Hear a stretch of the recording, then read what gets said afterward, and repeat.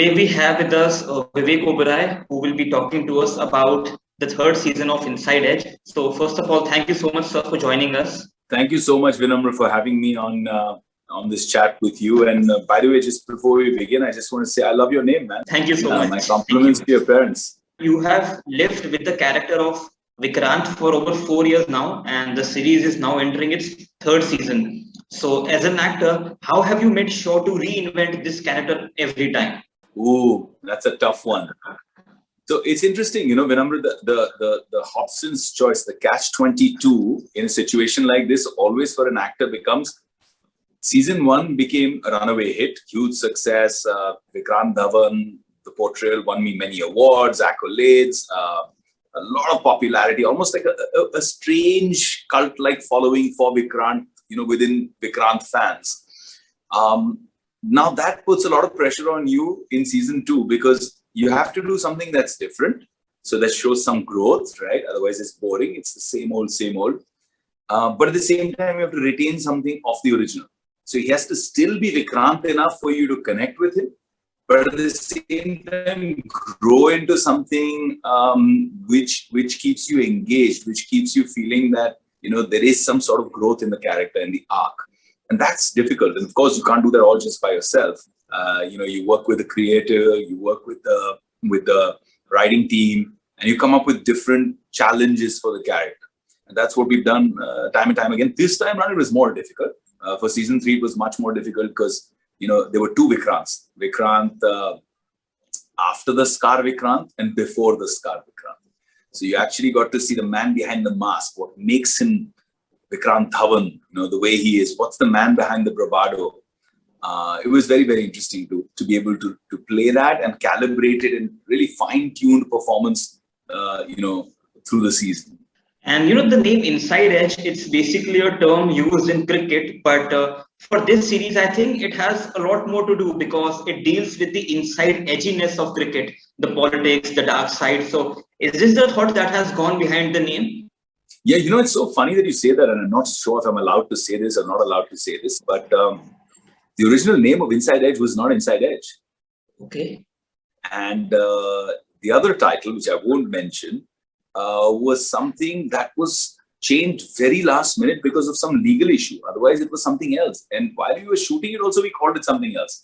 It's only on the edit at the end of shoot that it was changed as a title because that title was not available. And then when the original, when Amazon did this whole test marketing story to test the name Inside Edge, and they got a really good response to it, and they shared that response with us as a team. In the team, we were very divided. A lot of people said, "Nahi yaar, this is not as nice as the older title. The older title was better. Ye kya hai, Inside Edge, maza nahi aa raha hai." But now when you look back, Amazon knew what they were talking about. They did a phenomenal job in picking the right name. On a lighter note, Karan Anshuman, the creator of the show, he has been a film critic as well. So while the show was being conceived, while it was being made, did he all tell you that I know what all elements to add so that we can get good reviews from critics?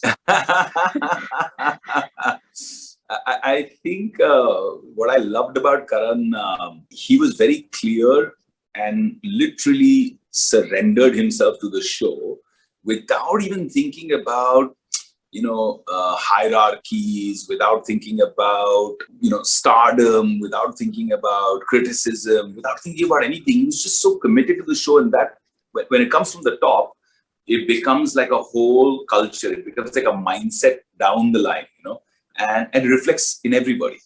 And that's why Inside Edge, the team became more like a bunch of friends getting together to create content without any insecurities, without saying meri line kya hai, uski line kya hai, ye change karte hain, wo change karte, nothing.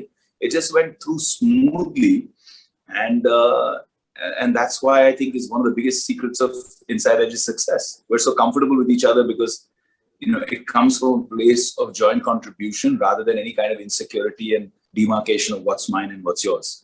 And this time the series shifts its focus from the T20 to the test match between India and Pakistan. So are you confident that even today's audiences that have actually started enjoying T20 a lot more, for them watching a test match will be as exciting?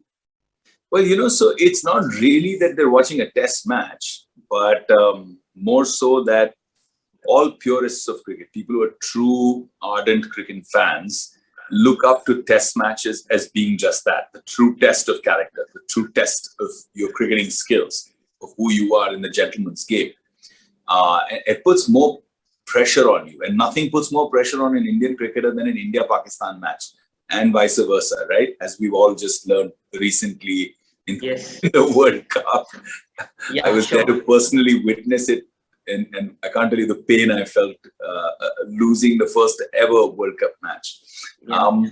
But when we take the scale up, when we have so much to lose, when you're playing in those whites for your nation, you're carrying the legacy of cricket. You're carrying the history of cricket. You're carrying the history of 50, 60 years of cricketers who, struggled to win a test against England or, against Pakistan post the partition, or against, the world champions, or against the entire heckling in Australia, stuff like that. So it kind of carries all of that and makes it more intense.